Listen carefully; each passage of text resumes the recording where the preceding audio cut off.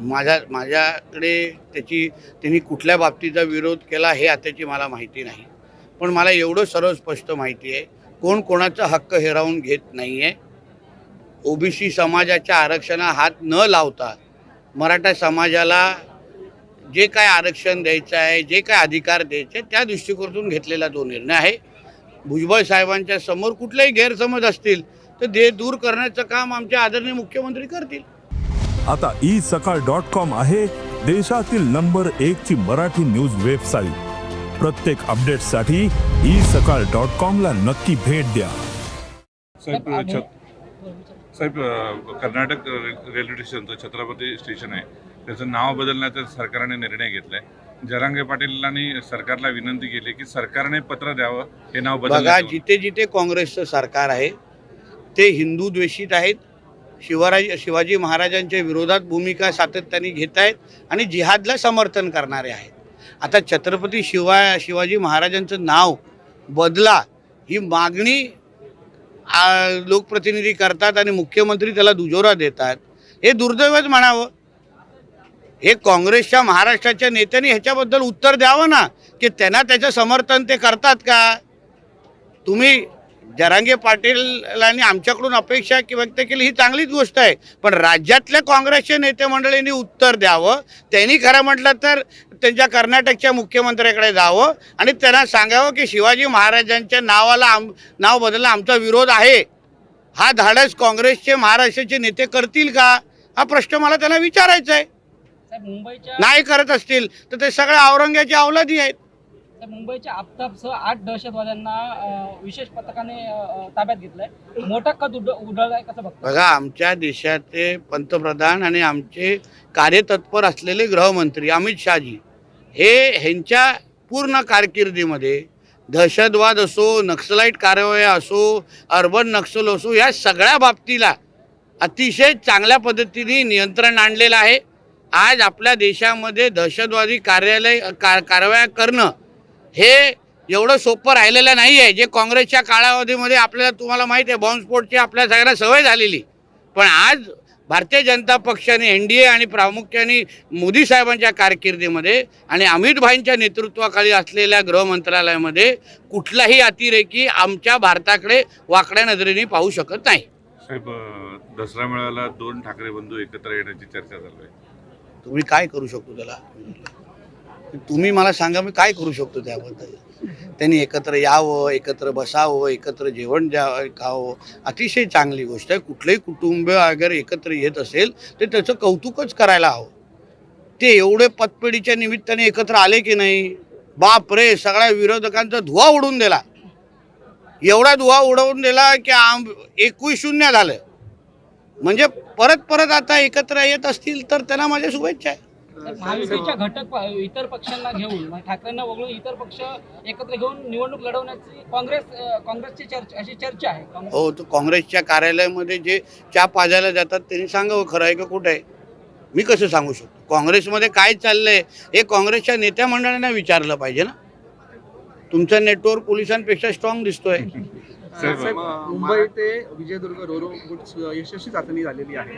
पुढचं नियोजन कसं असेल? आम्ही शुभ दिवसाची वाट पाहतोय. ह्या दिवसात साधारण शुभ कार्य सुरू करायचं नसतं, हे आपल्या हिंदू धर्मामध्ये आपल्याला सगळ्याला शिकवलं जात आहे.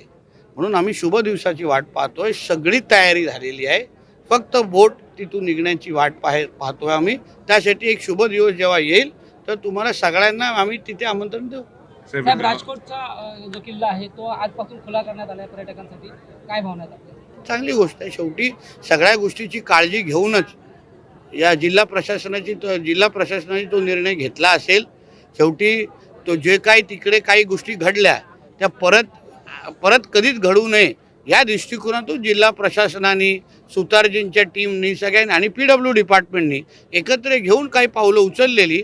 आता त्या सगळ्या गोष्टी नीट झाल्या असतील असा विश्वास त्यांच्यामध्ये आला असल्यामुळे त्यांनी खुलं केलं असेल. साहेब, 14 तारीखला जो भारत पाकिस्तान सामना होतोय, उभाटा माझं कुंकू माझा देश हे बिरुद घेऊन आंदोलन करतोय. हो का?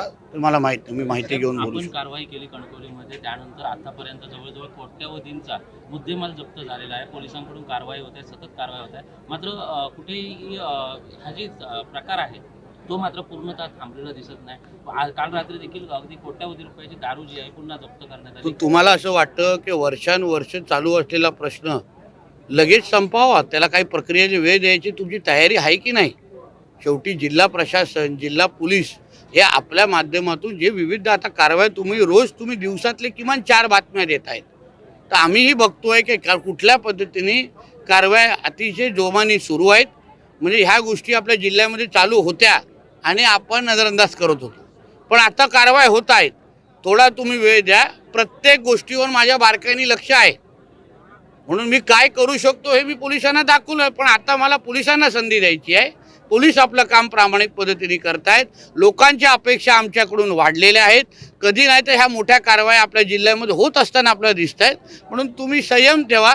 कोणालाही आम्ही सोडणार नाही. ते हिंदीमध्ये डायलॉग चुन चुन के मारेंगे असा प्रकार होणार. साहेब, शेवटचा प्रश्न. मराठ्यांमधून असा प्रश्न निर्माण, अनेक मराठी म्हणतायत कुणबी, आम्ही मराठी आहोत, आम्हाला कुणबीचं प्रमाणपत्र नको आहे, त्यांच्याकडनं विरोध दर्शवला. परत सांगतो, कोणावरही सक्ती केली जाणार नाही. कुणबी प्रमाणपत्र ज्यांना घ्यायचं आहे त्यांनी स्वतःहून जाऊन आपलं पत्र घ्यावं.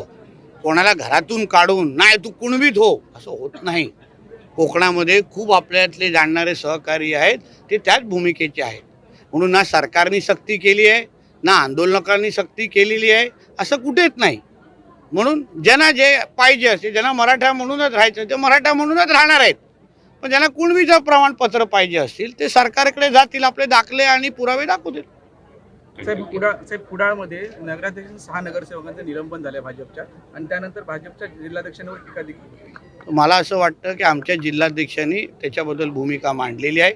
पक्षाच्या सगळ्या नियमामध्ये चौकटीत राहून जिल्हाध्यक्षांनी सगळे नियम पाळलेले आहे. शेवटी आमच्या जिल्ह्याचे भारतीय जनता पक्षाचे प्रमुख आणि आमचे नेते आहेत ते, म्हणून त्यांनी एकदा भूमिका मांडली, त्यांनी एकदा निर्णय घेतला, तो मला असं वाटतं आमच्या सगळ्यांचं त्याला समर्थन आहे.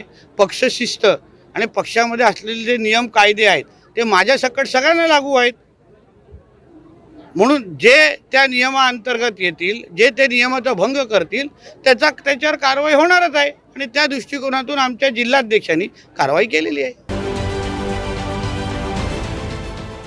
देश विदेशातील प्रत्येक घडामोडींचे लाईव्ह अपडेट मिळवण्यासाठी आता साम टीव्हीच्या सर्व सोशल मीडिया प्लॅटफॉर्मला लाईक, फॉलो आणि सबस्क्राईब करा. तसंच सर्व नोटिफिकेशनसाठी बेल आयकॉन प्रेस करायला विसरू नका.